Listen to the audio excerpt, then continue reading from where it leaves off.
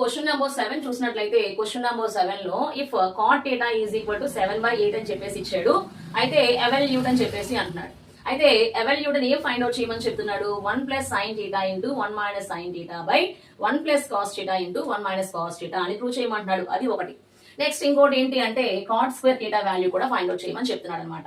So అలా చూసినట్లయితే ఇక్కడ మనకి ఏమవుతుంది అంటే ఫస్ట్ ఆఫ్ ఆల్ వాడు ఇచ్చిన టర్మ్ తీసుకున్నాం మనం cot θ అని చెప్పేసి. Okay, cot θ is equal to వాడు ఎంత ఇచ్చాడు? 7/8 అని ప్రాబ్లం లో ఇచ్చాడు కాబట్టి cot θ ఈజ్ ఈక్వల్ 7/8 అని చెప్పేసి చెప్తున్నాం. ఇప్పుడు నేను ఏం చేశాను, ఒక right angle triangle note draw చేసుకొని దాంట్లో ఏం చేశాను అంటే PQR అనే టర్మ్స్ ని అప్లై చేశాను. సో ఇప్పుడు నాకు cot θ వాల్యూ కావాలి కాబట్టి ఏం చేస్తున్నాను ఇక్కడ నేను tan A is equal to మనకు తెలిసిన ఫార్ములా ఉంది కదా. ఏంటి ఆ formula? Opposite side by adjacent side. అయితే మనకి కాట్ లో వాల్యూ కావాలి కాబట్టి tan కి రెసిప్రోకల్ ఏంటి? కాట్ అనమాట. ఓకే, సో అప్పుడు cot A is equal to మనకి ఏమవుతుంది? Adjacent side by opposite side అనేది అవుతుంది. అయితే ఇక్కడ డయాగ్రామ్ ప్రకారం చూసుకుంటే ఎడ్జసెంట్ లో ఏముంది? PQ అనేది ఉంది. యాంగిల్ బేస్ చేసుకొని ఎడ్జసెంట్ లో ఏముంది? PQ. ఓకే, రాశాను. నెక్స్ట్ అలాగే యాంగిల్ బేస్ చేసుకొని ఆపోజిట్ లో ఏముంది? QR అనే టర్మ్ ఉంది కాబట్టి QR కూడా రాసేసాను. అంటే cot A ఈజ్ ఈక్వల్ ఏం రాసుకోవచ్చు? PQ/QR అనేది రాసుకోవచ్చు. కాబట్టి ఇక్కడ PQ/QR అనేది రాశాను అండ్ అలాగే దాని వాల్యూ ఏదైతే ఉందో అది రాశాను. సో ఇప్పుడు PQ ఈజ్ ఈక్వల్ టు మనకి ఏమవుతుంది? 7K. QR is equal to మనకి ఏమవుతుందంటే 8K అనేది అవుతుంది. దాన్ని రాస్తాను. PQ is equal to 7K కాబట్టి 7K రాశాను.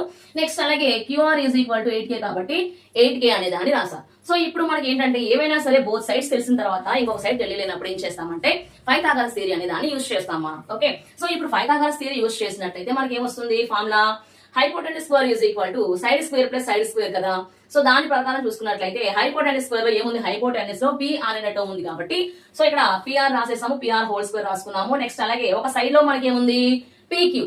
ఓకే, ఒక సైడ్ లో PQ ఇంకొక సైడ్ లో QR అనేది ఉంది కాబట్టి సో ఇక్కడ QR అనేది రాసుకున్నాం. ఓకే, దానికి స్క్వేర్ ఉన్నాయి, స్క్వేర్ లో అప్లై చేసాం. ఇప్పుడు PR స్క్వేర్ నాకు తెలియదు కాబట్టి సో PR స్క్వేర్ అలాగే ఉంచేస్తున్నాను. నెక్స్ట్ చూసుకుంటే PQ వాల్యూ తెలుసు ఎంత? 7K అప్లై చేశాను. నెక్స్ట్ QR వాల్యూ కూడా నాకు తెలుసు ఎంత? 8K. ఓకే, 7K అండ్ అలాగే 8K కాబట్టి 7K² 8K² రాశాను. అయితే ఇక్కడ PR square is equal to ఈ 7 కి స్క్వేర్ వర్తిస్తుంది, 8 కి స్క్వేర్ వర్తిస్తుంది, అలాగే K కి స్క్వేర్ వర్తిస్తుంది కాబట్టి సో ఇక్కడ 7² is equal to 49, 8² is equal to 64 అనమాట. ఓకేనా? సో ఇప్పుడు రెండింటిని యాడ్ చేసాం అనుకోండి, 49 ని 64 ని యాడ్ చేస్తే మనకి ఏమొస్తుంది? 113 కదా. ఓకే, సో ఇప్పుడు PR² is equal to 113K² అనేది వచ్చింది. అయితే నాకు PR వాల్యూ మాత్రమే కావాలి కాబట్టి so PR is equal to square అటుపక్కెళ్తే ఏమొస్తుంది? రూట్ వస్తుంది కాబట్టి √113 √K² కింద రాసుకున్నాను. సో ఇప్పుడు PR ఈజ్ ఈక్వల్ టు నాకు ఏమొచ్చిందంటే √113K అనేది వచ్చింది. అంటే ఇంకొక సైడ్ వాల్యూ కూడా తెలిసింది, √113K. సో ఇప్పుడు వాడు ఏం ఫైండ్ అవుట్ చేయమని చెప్పాడో రాస్తున్నాను. ఏమని? 1 + sin θ * 1 - sin θ 1 + cos θ * 1 - cos θ అని చెప్పేసి వాడు ఇచ్చాడు. దాని ప్రకారం తీసుకుంటే ఇది చూడండి ఎలా ఉంది formula? A + B * A - B రూపంలో ఉంది. ఓకే, అలాగే ఇప్పుడు ఫార్ములా ఏమొస్తుంది? A + B * A - B కి A² - B² కదా. A² ప్లేస్ లో ఏముంది? A ప్లేస్ లోని 1 ఉంది కాబట్టి 1² ఈజ్ ఈక్వల్ టు ఎంత అవుతుంది? 1 అవుతుంది కాబట్టి 1 రాసేసాను. 1 - B² ప్లేస్ లో ఏముంది? B ప్లేస్ లో సైన్ యాంగిల్ ఉంది కాబట్టి B² అంటే sin² θ.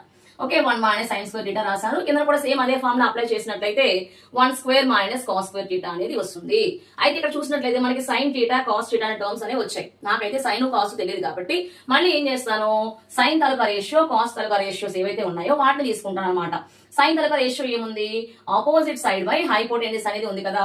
సో ఇప్పుడు ఏంటంటే సైన్ కి ఫార్ములా ఏంటి? Opposite side by hypotenuse. Okay, so ఇప్పుడు ఆపోజిట్ లో యాంగిల్ బేస్ చేస్తున్న ఆపోజిట్ లో ఏముంది?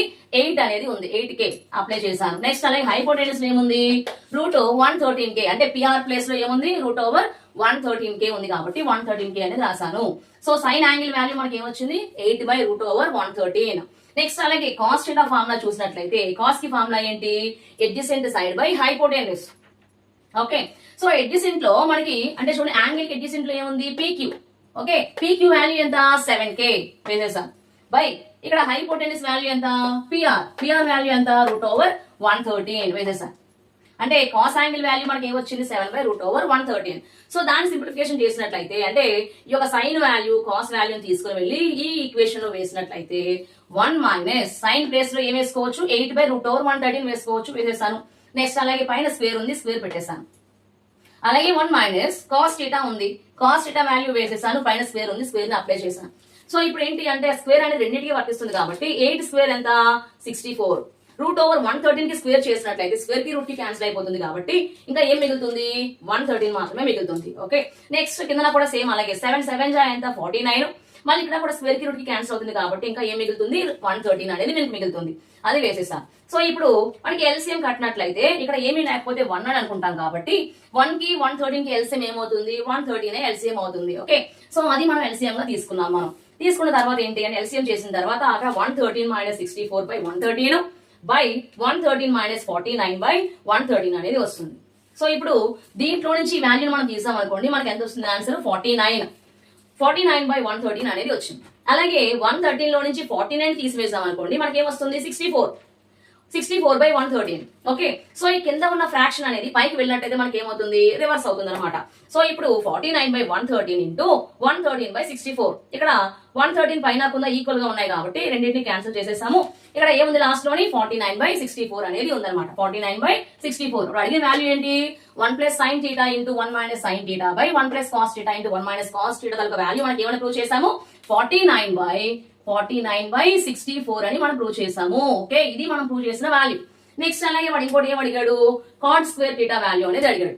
ఓకే, అయితే కాట్ వాల్యూ నాకు ఆల్రెడీ తెలుసు, ఏమనేది తెలుసు 7/8. సో ఇప్పుడు కాట్ స్క్వేర్ అడిగాడు కాబట్టి దానికి స్క్వేర్ చేస్తే సరిపోతుంది. ఓకే, 7/8 హోల్ స్క్వేర్ చేశాను.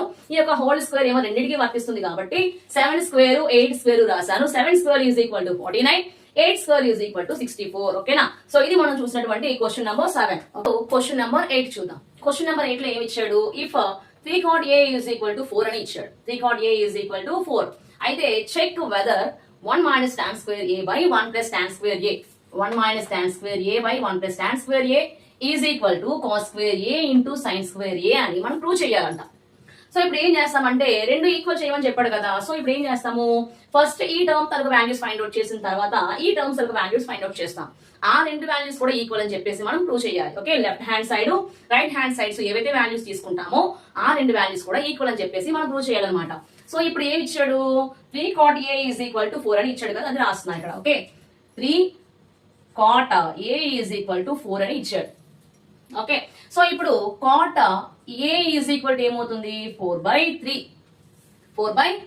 అయితే మనకి ఆల్రెడీ కాట్ తాలూకా రేషియో తెలుసు. ఏంటి కాట్ తాలూకా ratio adjacent side by opposite side. Adjacent side by opposite side. So ఇప్పుడు నేను ఇక్కడ చూడండి ట్రయాంగిల్ ABC తీసుకున్నాను. రైట్ యాంగిల్ ట్రయాంగిల్ ఎక్కడ డ్రా చేశాను రైట్ యాంగిల్ ట్రయాంగిల్ B దగ్గర ఉంది. యాంగిల్ దగ్గర A దగ్గర యాంగిల్ అనేది తీసుకున్నాను నేను. ఓకే, సో ఇప్పుడు యాంగిల్ A ని బేస్ చేసుకొని ఇది మనకి ఏమవుతుంది ఇది మనకి ఆపోజిట్ సైడ్, ఇది మనకి అడ్జసెంట్ సైడ్ అండ్ ఇది మనకి ఏంటి అంటే హైపోటెన్యూస్ అనేది అవుతుంది. ఓకే, సో ఇప్పుడు అడ్జసెంట్ లో ఏముంది వాల్యూ యాంగిల్ అడ్జసెంట్ లో ఏముంది AB అది వేస్తున్నాను. ఓకే, అంటే AB బై ఆపోజిట్ లో ఏముంది BC ఉందన్నమాట. ఓకే, AB బై BC = వాడు ఏమి ఇచ్చాడు ఆల్రెడీ 4/3 ఇచ్చాడు. సో ఇప్పుడు AB వాల్యూ మనకి ఎంత అయినట్టు AB = 4K కాన్స్టెంట్ టర్మ్ ని యాడ్ చేయాలి. నెక్స్ట్ అలాగే BC = ఎంత 3K. BC = 3K. AB value ఏమొచ్చిందని చెప్పాము 4K. BC వాల్యూ ఎంత వచ్చిందని చెప్పేసి అన్నాము 3K. ఇప్పుడు మళ్ళీ తెలిసిందే రెండు సైడ్స్ వాల్యూ తెలుసు, ఇంకొక సైడ్ వాల్యూ మనకు తెలియదు కాబట్టి మళ్ళీ మనం ఏం చేస్తాము పైథాగరస్ థియరీకి వెళ్ళిపోతాం. ఓకే, సో పైథాగరస్ థియరీ ప్రకారం చూసినట్లయితే మనకి ఫార్ములా ఏంటండి hypotenuse square = side square plus side square. Okay, hypotenuse అంటే కర్ణము స్క్వేర్ = భుజము స్క్వేర్ ప్లస్ భుజము స్క్వేర్ అని చెప్పేసి చెప్తున్నాం. ఇక్కడ హైపోటెన్యూస్ లో ఏ వాల్యూ ఉంది AC అనేది ఉంది. AC స్క్వేర్ = ఇప్పుడు ఒక సైడ్ లో ఏముంది AB కదా, so AB square. Okay, plus ఇంకొక సైడ్ లో ఏముంది BC ఉంది కాబట్టి BC స్క్వేర్ ని రాశాను. ఓకే, నెక్స్ట్ చూసుకుంటే నాకు AC వాల్యూ తెలియదు కాబట్టి దాన్ని అలాగే ఉంచేసి AC స్క్వేర్ = BC ప్లేస్ లో ఎంత ఉందండి ఫస్ట్ AB కదా, ఒక సైడ్ లో ఏముంది AB ఇంకొక సైడ్ లో BC అనేది ఉంది. సో ఇప్పుడు AB స్క్వేర్ ప్లేస్ లో ఏం రాసుకోవచ్చు 4K హోల్ స్క్వేర్ ప్లస్ అలాగే 3K హోల్ స్క్వేర్. సో ఇప్పుడు 4 4s ఎంత 16K స్క్వేర్ ప్లస్ 3 3s ఎంత 9K square. Okay, so next 16 + 9 ఓకేనా ఎంత అవుతుంది 25K స్క్వేర్ అనేది అవుతుంది. 25k² అవుతుంది. సో అంటే AC square is equal to 25k² వచ్చింది. నాకు ఏసీ వాల్యూ కదా కావాలి. AC is equal to square పక్కన ఏమవుతుంది రూట్ కదా. సో ఇక్కడ √25k². సో ఇప్పుడు ఏసీ ఈజ్ ఈక్వల్ టు √25 ఏమైనా రాసుకోవచ్చు 5². ఓకేనా. సో అందువల్ల స్క్వేర్ రూట్ క్యాన్సిల్ అయిపోతుంది కాబట్టి 5k అంటే AC is equal to 5k అని చెప్పేసి మనం రాసుకోవచ్చు. ఏసీ ఈజ్ ఈక్వల్ టు ఎంత 5k అనమాట. Okay, AC is equal to 5k అనేది మనకు వచ్చింది. 5k రాసేసుకున్నాం. సో అంటే ఏసీ వాల్యూ ఫైండ్ అవుట్ చేసాం. ఎంత వచ్చింది 5k. ఇప్పుడు ప్రాబ్లం కొందాం. ప్రాబ్లంకి వచ్చినట్లయితే వాడు first left hand side right hand side ఏవైతే ఉన్నాయో వేరువేరుగా ప్రూవ్ చేయాలి. సో ఇప్పుడు 1 minus tan square a by 1 plus tan square a అని ప్రూవ్ చేయాలి. ఫస్ట్ ఈ వాల్యూ ఫస్ట్ ప్రూవ్ చేద్దాం. సో అంటే tan వాల్యూ తెలియాలి, కాస్ వాల్యూ తెలియాలి, సైన్ వాల్యూ కూడా మనకి తెలియాలి. సో డయాగ్రామ్ ప్రకారం చూసుకుంటే నేను ఫస్ట్ సైన్ వాల్యూ ప్రూవ్ చేస్తున్నాను. సైన్ ఏ కి ఫార్ములా ఏంటి? Sine A is equal to opposite side by hypotenuse కదా. యాంగిల్ కి ఆపోజిట్ లో ఏముంది బీసీ అనేది ఉంది. బీసీ బై ఇక్కడ హైపోటెన్యూస్ లో ఏముంది ఏసీ. ఓకేనా. నెక్స్ట్ అలాగే cos A is equal to ఏమొస్తుంది? కాస్ కి ఫార్ములా ఏంటి? ఎడ్జసెంట్ సైడ్ బై హైపోటెన్యూస్ కదా. ఎడ్జసెంట్ లో ఏముంది ఏబి బై హైపోటెన్యూస్ లో ఏముంది ఏసీ. అలాగే tan A is equal to tan θ గానీ ఏ గానీ ఏదైనా తీసుకోవచ్చు. tan A is equal to ఏం తీసుకుంటాం?